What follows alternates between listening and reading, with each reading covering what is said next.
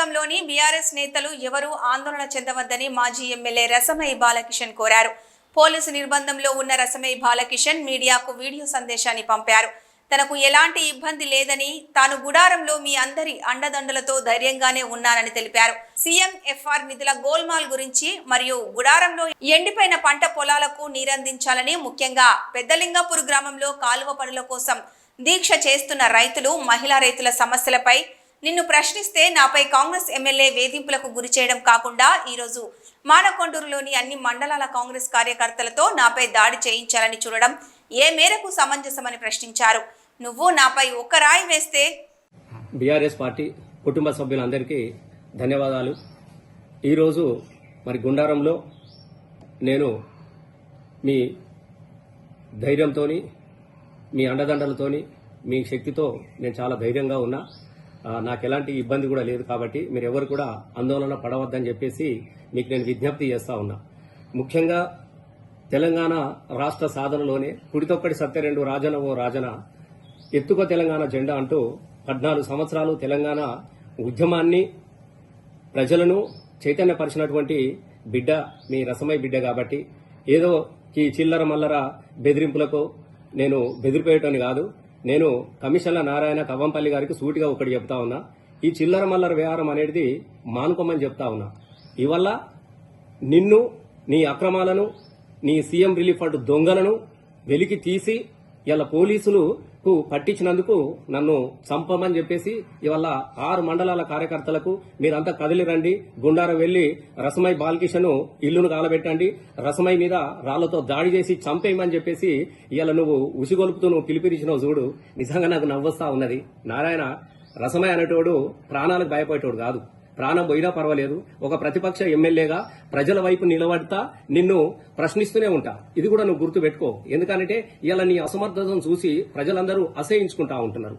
18 రోజులుగా నిద్రాహారాలు మాని కన్నీళ్లతో కడుపు నింపుకొని మొత్తం అంతా కాలువ కోసము పెద్దలింగాపూర్లో దీక్ష చేస్తున్నటువంటి మహిళలు ఏడుస్తా ఉంటే రంగు నీళ్లు చల్లుకుంటా ఇక్కడ ఎంజాయ్ చేసినటువంటి నీ పరిస్థితి చూసి కనీసం వాళ్ళ కాలువల నీళ్ళు ఇవ్వాలి కదా అని అడిగినందుకు నన్ను చంపమని చెప్తున్నావా?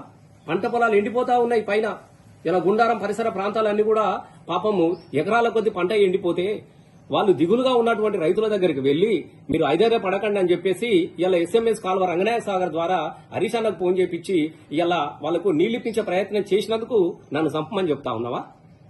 ఇలా నేనొకటి నేను సూటిగా అడుగుదలుచుకున్నా. నువ్వు 14 సంవత్సరాలు తెలంగాణ ఉద్యమంలో ఉన్న బిడ్డగా చెప్తా ఉన్నా. నేను మళ్లీ చెప్తా ఉన్నా. నిన్ను చూసి చాలా మంది నేను అసెంబ్లీలో మాట్లాడిన మాటలకు నవ్వుకుంటా ఉంటున్నారు. నేను చాలా అసహించుకుంటా ఉంటున్నారు. నీ పరిస్థితి ఏం చక్కదనం లేదు. కాబట్టి ఇలా ప్రజలందరూ ఎక్కడ పోతే అక్కడ నేను తిడుతా ఉన్నారు. ఒక సాగుకు లేదు, ఓ పెళ్లికి లేదు, ఓ దేనికి లేదు. ఏమైనా నీ అనుచరులకు వసూలు చేసుకోండి, కమిషన్లు తీసుకురాండ్రి, నాకు అప్పచెప్పండి అని చెప్పేసి ఇలా దీన్ని అడిగినందుకు ఇలా మొత్తం వేలాది మంది నీ కార్యకర్తల మాకు లేరా? నీది పిడికెడు, నేను పుట్టాడు. ఒక్క రాయి నా మీద పడితే 1,00,000 రాళ్ళు నీ మీద పడతాయి. మిస్టర్, గుర్తుపెట్టుకో.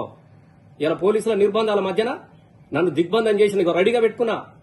నీ కాంగ్రెస్ ఇన్ఛార్జి మీనాక్షి నటరాజన్ గారికి నిన్ననే మెయిల్ పెట్టినాము. నీ అక్రమాల చిట్ట మొత్తం పెట్టినాం, వెళ్లి చూసుకో.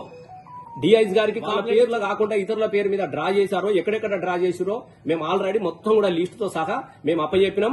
ఇలా నీకు మళ్లీ చెప్తా ఉన్నా, అనవసరంగా పాపం పనిచేసుకున్నటువంటి అమాయకమైనటువంటి నీ కార్యకర్తలు నువ్వు రెచ్చగొట్టి నువ్వేదో సునకానందం పొందుదా అన్నటువంటి ప్రయత్నంలో ఉన్నావు. నేను వాళ్ళకు కూడా చెప్తా ఉన్నా, మీకు నాకు సంబంధించినటువంటి ఇష్యూ కాదు. నేను దానికి నేను భయపడేటోడు కాదు.